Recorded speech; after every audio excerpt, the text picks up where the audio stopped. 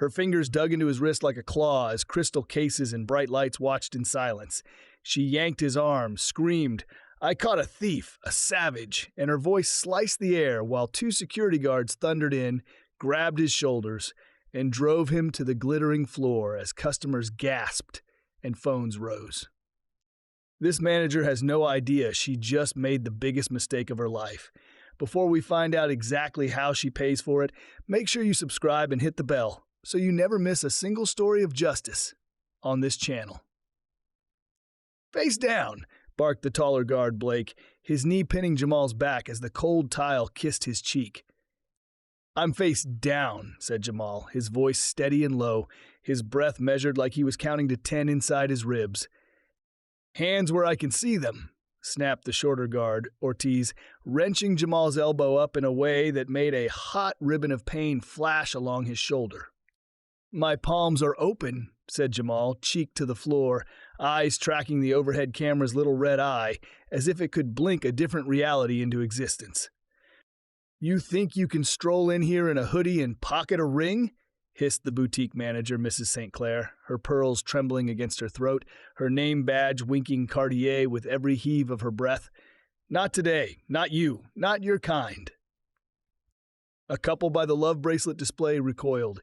A woman in a red dress froze with her card half extended, eyes wide, lips parted. "What did you call him?" said the woman in red, her voice small and horrified. "A savage," said Mrs. St. Clair, curling her lip. "A little thug who thought he could get cute." "Do not use that word," whispered Lena, the young associate at the nearest case, her hands shaking so hard the keys on her belt clicked together like teeth. "Please, ma'am." "Not one more sound from you," snapped Mrs. St. Clair without looking at Lena, "or you'll be off the schedule for a month."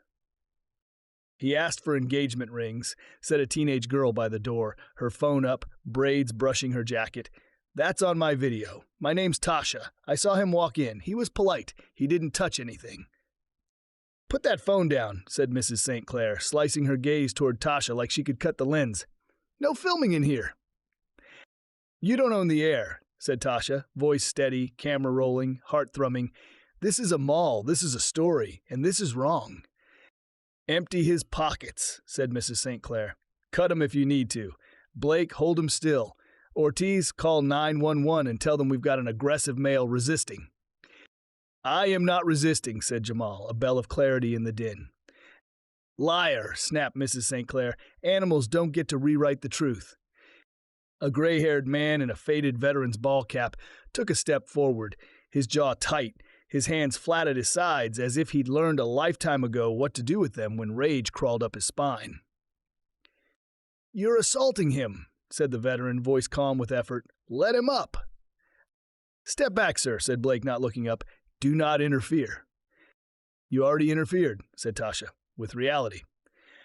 "Ortiz," said Mrs. St. Clair, not bothering to drop her volume, as if humiliating Jamal were the point and not the supposed theft. "Tell the dispatcher he tried to take a ring. Tell them he got violent. Make sure they send more than one car. He looks like trouble." "Copy," said Ortiz, lifting the phone to his ear, knuckles white. "Say it again," said the woman in red, her voice shaking. "I want to hear you lie again." "Be quiet," snapped Mrs. St. Clair. "Blake, if he moves, put your weight on him. They don't respect anything but force." "Release my wrist so I can show you something," said Jamal, breath calm, voice even. "There is a credential in my right hoodie pocket. Black leather card wallet. It has a hotline number you want to dial before you finish that false report."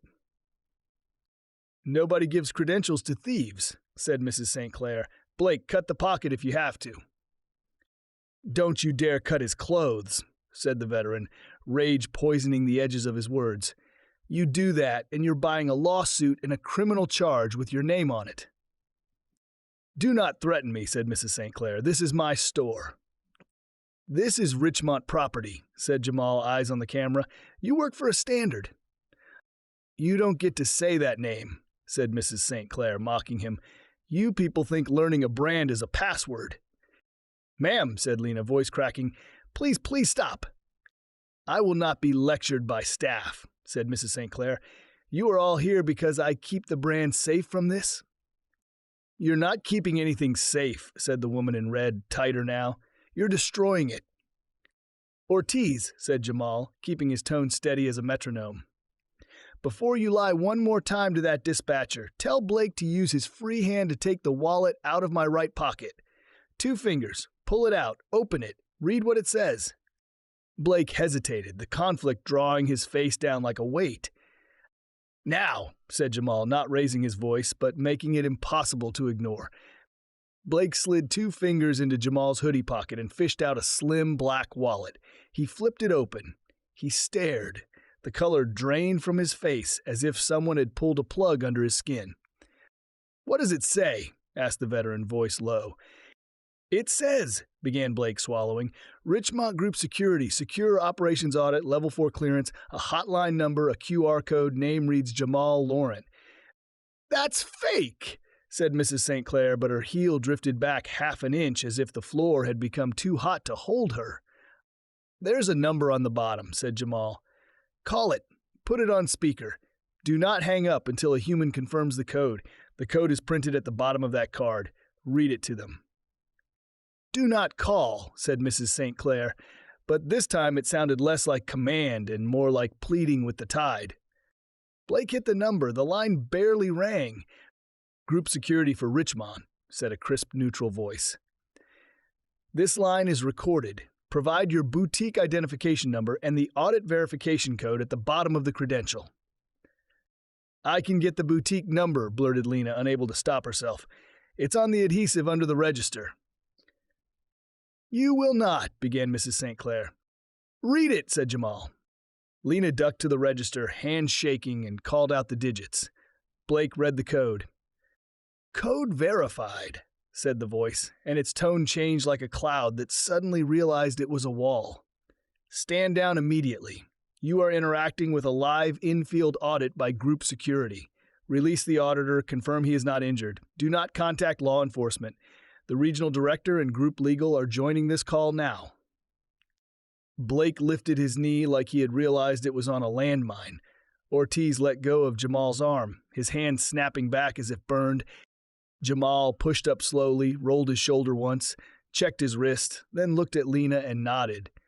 Lena's breath hitched like relief had hands, and it had just touched her. "You can't be serious," whispered Mrs. St. Clair, her confidence leaking away in little stutters of breath. "Mrs. St. Clair," said a new voice, male, weary and hard, the hum of a subway behind him. "This is Daniel Reeves, Regional Director. You will not speak. You will not touch a customer. You will not touch my auditor. You will remain in the boutique until further instruction." "You cannot talk to me like that," said Mrs. St. Clair, but her chin did not lift as high. Her hands were not as steady. "I can and I am," said Daniel. "Mr. Laurent, confirm your status." "I'm upright," said Jamal. "Bruised wrist, minor abrasion to cheek, no medical." "Copy," said Daniel. "Security staff on site, state your names." "Blake," said Blake, voice thin. "Ortiz," said Ortiz, squeezing his phone like it might keep him afloat. "You will both remain," said Daniel. "You will not leave the boutique. Group legal is joining." A woman's voice clicked on, cool and precise. "This is Miranda Chen with Group Legal for Richmont. This call is recorded. Manager, state your full name for the record." "Claire, St. Clair," she said, making it worse by stumbling. "Spell it," said Miranda, unblinking even as a disembodied voice. "Saint-Clair," said the manager, the hyphen turning into an apology it could not be. "Thank you," said Miranda. "Mrs. St. Clair, your statements are recorded. You used racially derogatory language, initiated a physical restraint against an auditor performing his duties, and directed staff to make a false report to law enforcement. Do not make any further statements. Do not approach law enforcement without counsel." "I didn't know," whispered Mrs. St. Clair, reaching for the one raft she could see. "He looked. He—" "Finish that sentence," said Miranda, voice flat as a held blade. "I want to hear you finish it." "You don't," said Jamal, his voice tired in a way that belonged to too many mornings like this. "It matters," said Miranda. "It always matters." "Officers are here," said Ortiz, as blue light poured through the boutique's glass like a heartbeat. 2 officers entered, One a woman with a ponytail and the quiet eyes of someone who had learned to hear lies in the spaces between words, the other a younger man with a jaw that looked like it wanted to clench. "Who called in the report?"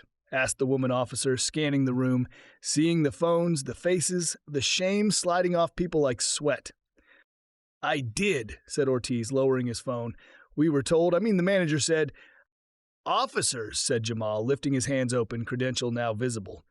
"I am Jamal Laurent with Group Security for Richemont. There has been a false report. I was restrained without cause. The boutique cameras have the entire incident. Multiple witnesses have phone video.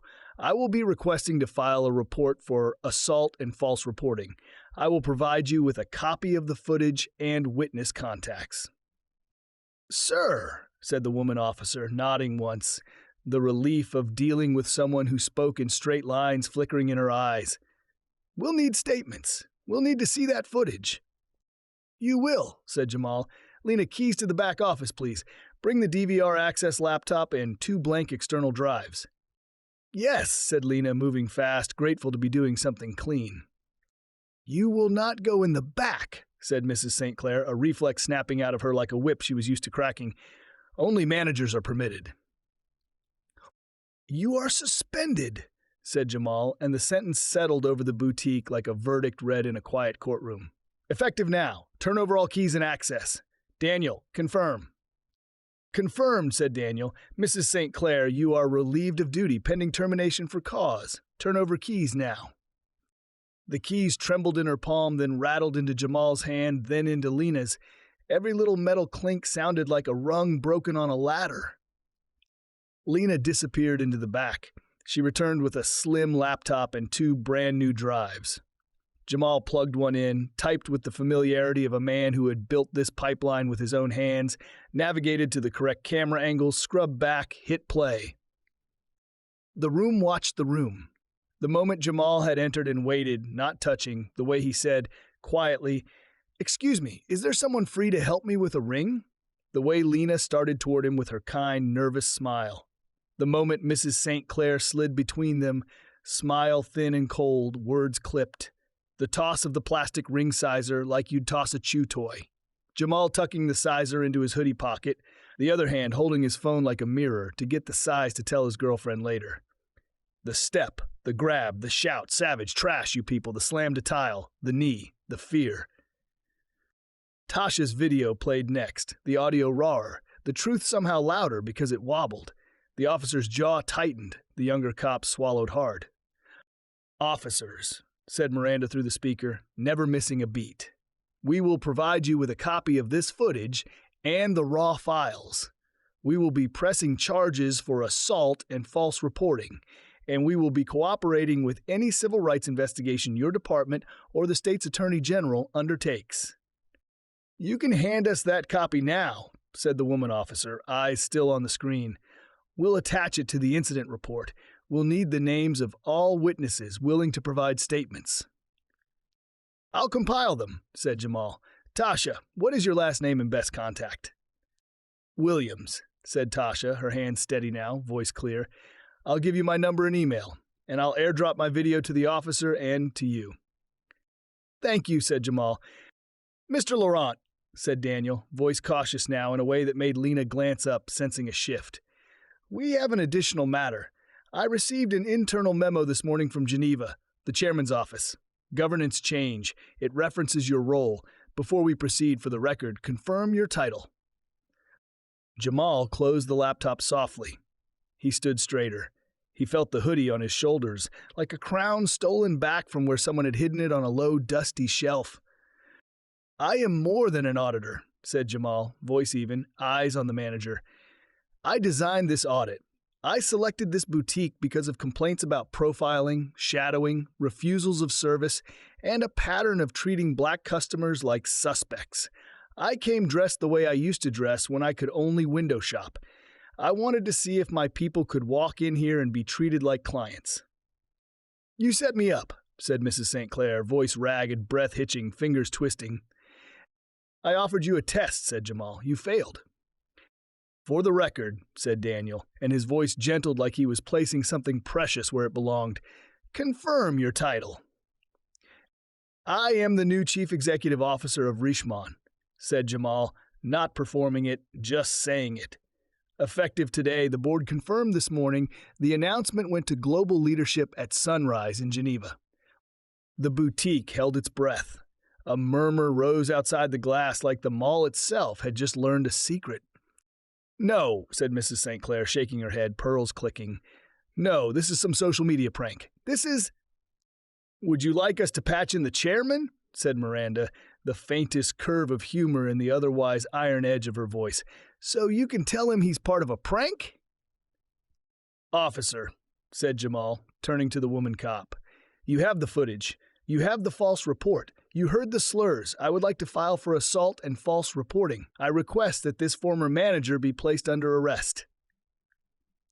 "Understood," said the officer, professional, the point of a spear. "Ma'am, place your hands behind your back." "You can't. Not here," said Mrs. St. Clair, shrinking as the sentence finally landed. "Not in front of." "This is exactly where," said the veteran softly. "Exactly in front of."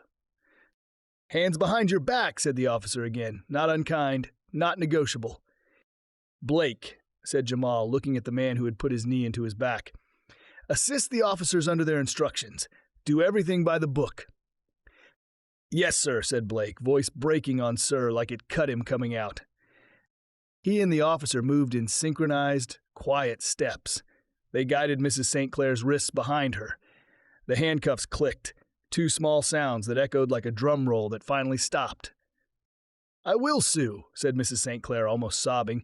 "You can't do this to me. You can't humiliate me like—" "You did this to him," said Lena, the first time her voice had carried across the entire boutique.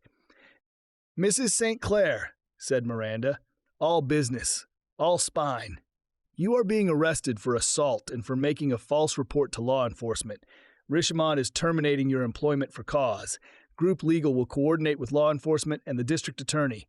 Do not contact any staff. Do not return to this boutique."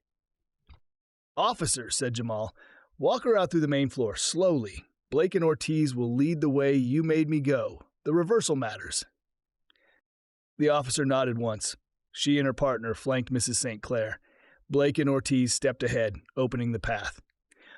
They walked past the engagement case where Jamal had asked to see rings, past the love bracelet display where romance had sat like a polite hostage while cruelty strutted, past Tasha's lens that did not look away, past the veteran's steady eyes, through the same door where Jamal's cheek had met tile in a kiss of humiliation 10 minutes ago.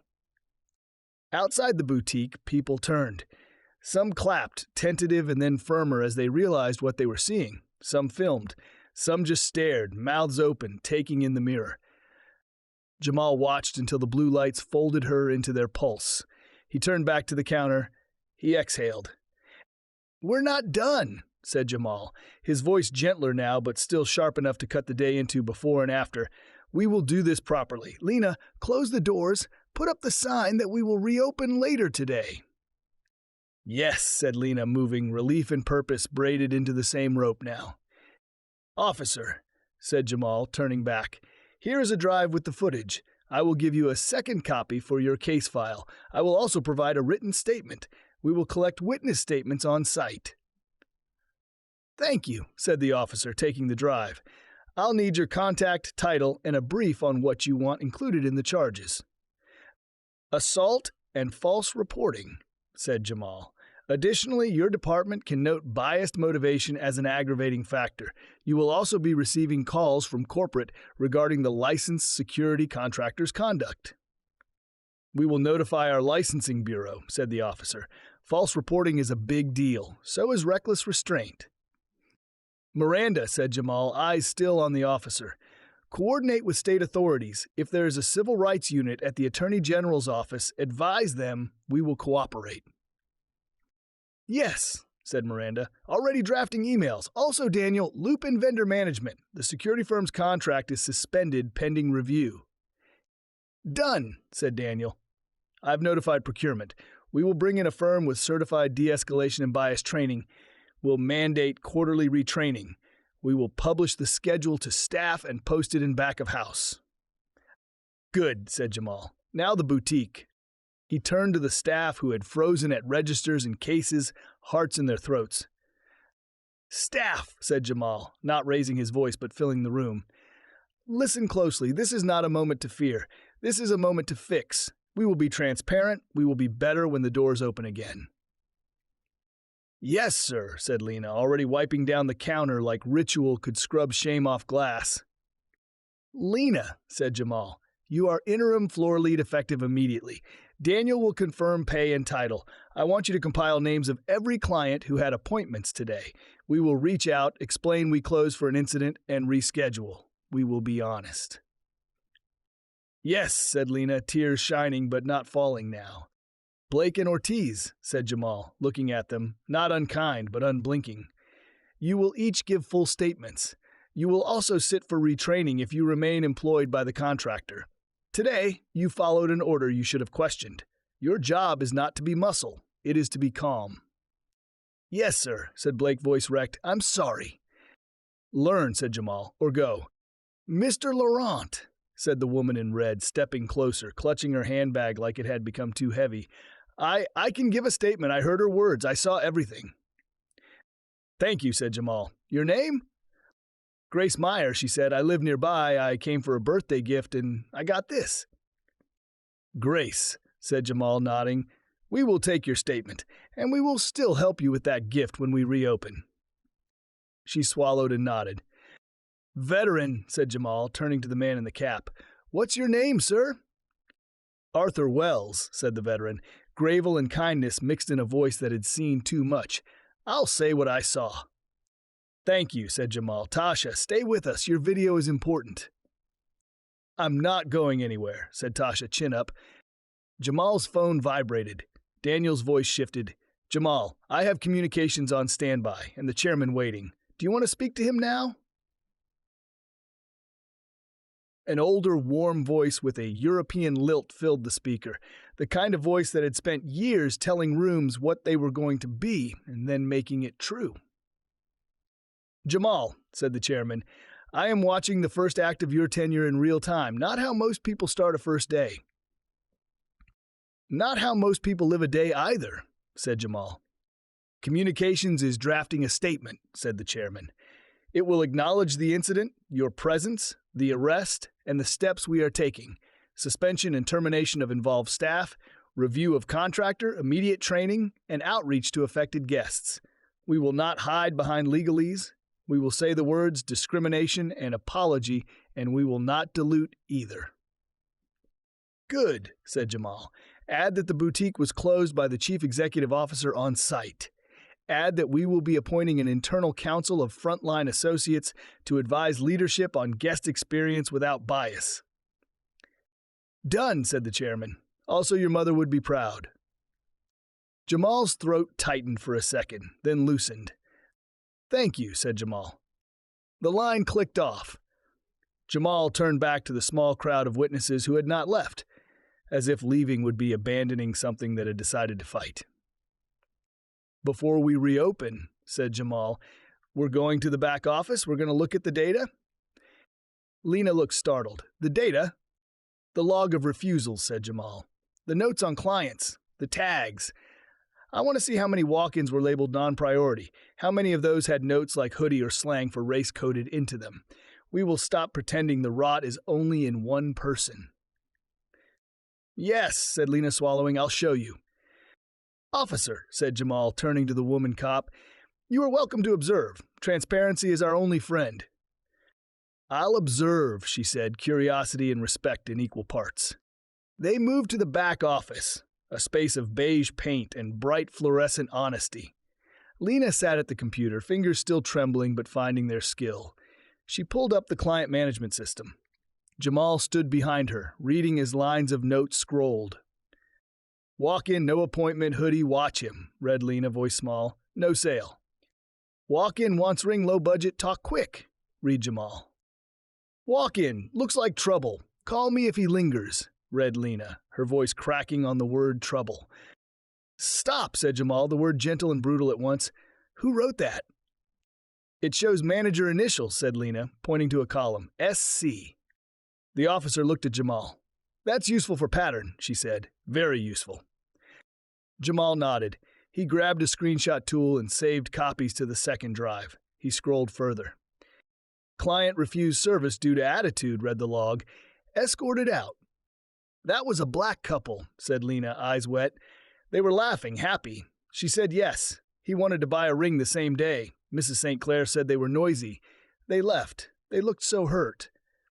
Jamal's jaw clenched. He exhaled through his nose slowly, like bleeding a radiator of its angry air. We will find them, said Jamal. We will apologize. We will make this right if they'll let us. He turned to the officer. Include this pattern in your notes. It speaks to motive and habit. I will, she said. They returned to the boutique floor. The air out here felt different now, like the room had exhaled and found lungs again. Jamal, said Daniel. Communications is live. The statement will go up within the hour. Also, vendor management confirms the contract suspension. The security firm's regional director is on the line requesting to speak. Put him on, said Jamal. A new voice joined, breath already in apology. Mr. Laurent, this is Peter Malloy with Sentinel Protective. We are horrified. This is not our training. We will remove and replace the team. You will stop saying horrified and start saying accountable, said Jamal. 2 of your guards followed a manager's biased order without assessing. You will retrain or you will lose this business permanently. You will also submit your training curriculum to our review. It will include de-escalation, bias recognition, and guest dignity. Quarterly.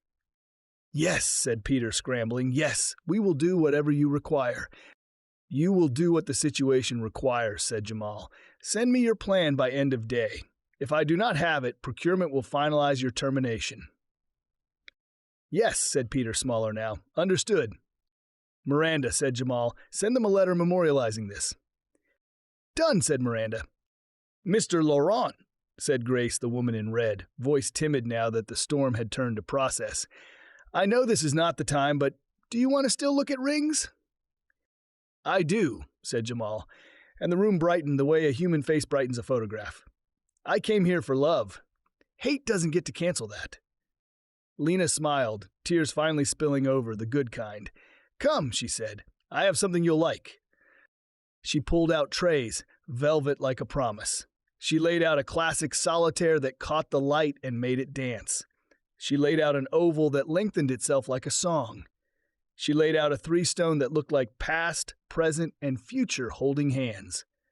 That one, said Jamal, pointing to the solitaire, his face softening for the first time in the hour. She's simple. She's brilliant.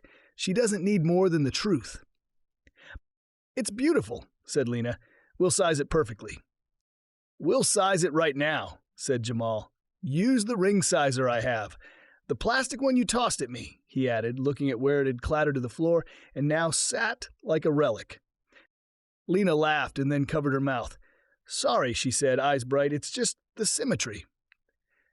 It's good, said Jamal. She took measurements. She rang it up. Jamal paid. The box was small and red and heavier than it looked, like it contained a private planet. Jamal, said the veteran, stepping forward, do you mind if I shake your hand? Please, said Jamal, and they shook, the older man's grip firm, respectful. Thank you for today, said Arthur. I've seen too many days bend the other way. We will try to bend more, said Jamal. Officer, said Jamal, turning back. We're closing the boutique to the public now for the rest of the afternoon. We will hold a staff meeting. You are welcome to stay if you need more from us. I have enough for now, she said. We'll be in touch. We'll contact you when the arraignment is scheduled. Thank you, said Jamal. Please ensure the report notes that the false report included biased descriptors. It will, she said. Also, for your awareness, false reporting to emergency services is a misdemeanor in this jurisdiction, but the bias component could elevate the recommended sentencing. The district attorney will decide. Understood, said Jamal, appreciating that she had delivered the procedural in human terms rather than code. She nodded, then left, her partner following. Staff meeting, said Jamal, turning to Lena, to the 2 associates whose names he hadn't gotten yet, to Blake and Ortiz, who hovered at the edge like men deciding whether to fall or to step forward. 5 minutes. They gathered in the center of the boutique. Cameras off now, the glass cases reflecting faces instead of crimes. I am not here to ruin anyone's life, said Jamal, looking each of them in the eye. I am here to ruin a pattern. This boutique will be a place where any person who walks in is treated like a client, not a profile, not a risk, a client. Yes, said Lena, the word like a vow. We will implement a protocol, said Jamal. Every walk-in is greeted within 1 minute. Every walk-in is offered water and a seat within 3 minutes if they wish. Every walk-in is asked a simple question. What brings you joy today? We sell joy, not fear. One of the other associates, a young man with a nose ring and shaky hands, said, My name is Eli. I felt sick for months. I didn't know how to fight it. Thank you. Thank you for staying, said Jamal. You fight it by seeing it and by saying it.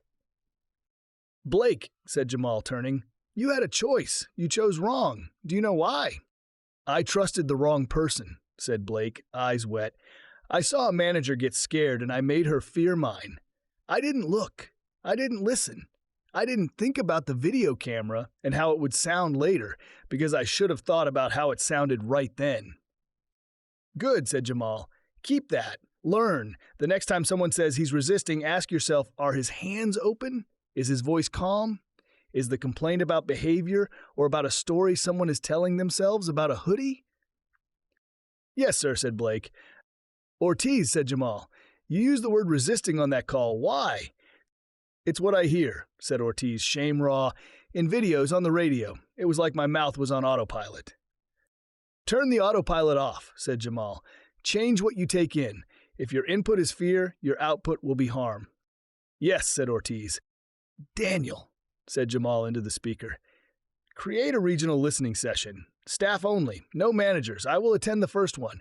I want to hear what people face when they try to do right and feel wrong breathing down their necks. Done, said Daniel. We'll schedule this week. Miranda, said Jamal. When the arrest is processed, send me the docket number. We will not interfere with law enforcement. We will not attempt to make this quiet. We will support our staff with counseling. We will support the community with honesty. Yes, said Miranda. Also a heads up. If the former manager hires counsel and alleges defamation regarding the public statement, we will be ready. Our statement will be factual. It will reference video. It will reference law. Good, said Jamal. Mr. Laurent, said Eli, hesitant. There's something else. The manager kept a little notebook. She wrote down descriptions, not in the system, in her handwriting. Jamal felt something cold and electric trace his spine. Where is it? Said Jamal. In the bottom drawer, said Eli, right side, under the extra watch links. Lena, said Jamal, retrieve it. Lena went to the desk, opened the drawer, moved the little plastic bags of links, and pulled out a small black notebook. She handed it to Jamal like it might bite. He opened it. He read. He closed his eyes for a second, then opened them. Hood up, probably can't pay, read Jamal. Loud laugh, trashy, keep an eye. Big hair, attitude. Tall guy, looks like a ball player, not serious. 2 teens, no, watch for their hands. Lena covered her mouth. This will go to legal and to the police, said Jamal. It will be part of the pattern. It will also be part of our training. Not as shame, as clarity. He slid the notebook into an evidence bag Miranda had sent with a courier, who arrived as if he'd been waiting in the hallway for the script to call him in. Courier at the door, said Daniel. That's for you. Got it, said Jamal, handing over the sealed bag. Chain of custody log signed? Yes, said the courier, presenting the clipboard. Print sign. Jamal signed, the courier left. Now, said Jamal, exhaling, we breathe. He looked at the ring box in his hand. He imagined the park in the late afternoon, the bench by the fountain, the question that would turn his day back into the day he had wanted. Lena, said Jamal, we reopen in 2 hours. You will lead the floor. You will model the greet. You will model the offer. You will not let anyone sit alone in their own story. Yes, said Lena, standing a little taller. Tasha, said Jamal, turning to the teenage girl whose video would carry this moment out of the boutique and into the internet's wide square. If you post with context. Post that the manager was arrested. Post that we are changing. Post that staff stood up.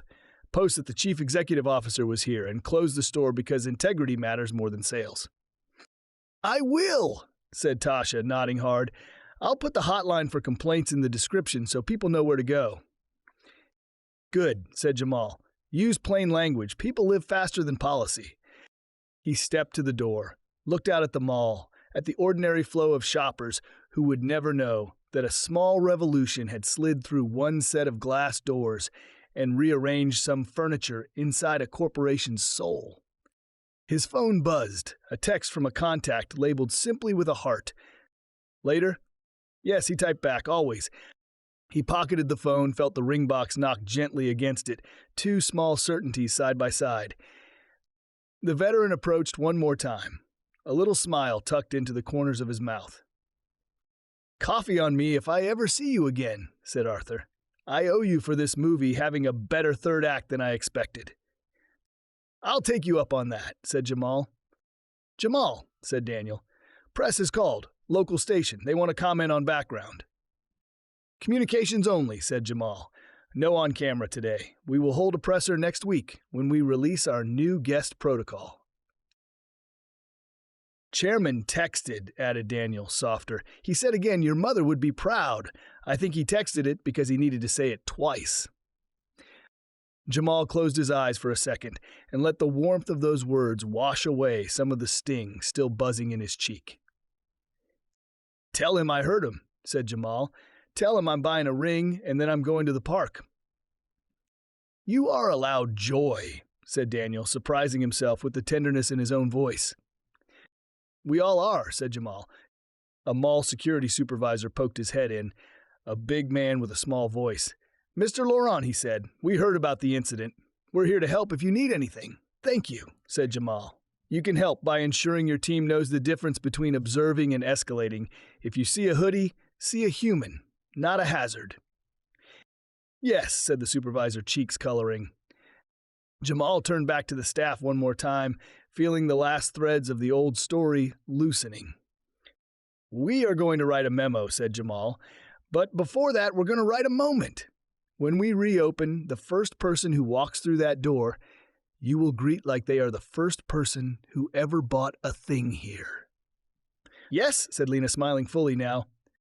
And if a person walks in who looks like me did when I walked in, said Jamal, touching the hoodie like it was now a flag and not evidence, you will help them pick the most beautiful thing they can afford without making them prove they deserve it. We will, said Eli. Jamal nodded, satisfied and sorrowful in equal parts, because justice rarely came without both. He checked the time. He had to go. The day he wanted was still waiting for him if he moved with purpose. He stepped out of the boutique into the mall's cool air, phone warm in his pocket, ring warmer. He walked past a pretzel stand that smelled like nothing had ever been wrong. He smiled at a toddler who waved a sticky hand. He let himself be a person for a minute, not a symbol. This is the part where we breathe. This is the part where we remember that justice is not a single flash. Justice is structure. It is the reversal that happens in public because the harm happened in public. It is a manager in handcuffs because she ordered a man to the floor. It is a headset voice saying you are relieved because that is what she said to other people, to make herself feel big. It is an audit that becomes an act. It is a corporate statement that uses the words discrimination and apology without weasel words woven around them like gauze. It is two security guards who will now hear their own mouths before their mouths run them into someone else's life. It is also a ring in a pocket, a question in a park, a yes at a fountain. It is not letting hate take the day you built for love. It is a boutique that reopens with water on a tray and a greet within 1 minute, and an offer within 3, and a question that asks, what brings you joy today? It is a teen with a phone who stayed. It is a veteran who stood. It is a sales associate who said, please stop, and then said, yes, I'll lead. It is a legal voice on a speaker who asked, finish that sentence, and a manager who couldn't. It is mirror for mirror, tile for tile, word for word. How would you have handled it if you were in Jamal's shoes? Have you ever faced this kind of injustice? Tell us your story in the comments below. If you believe justice was served today, drop a like and share this video with a friend who needs to hear it.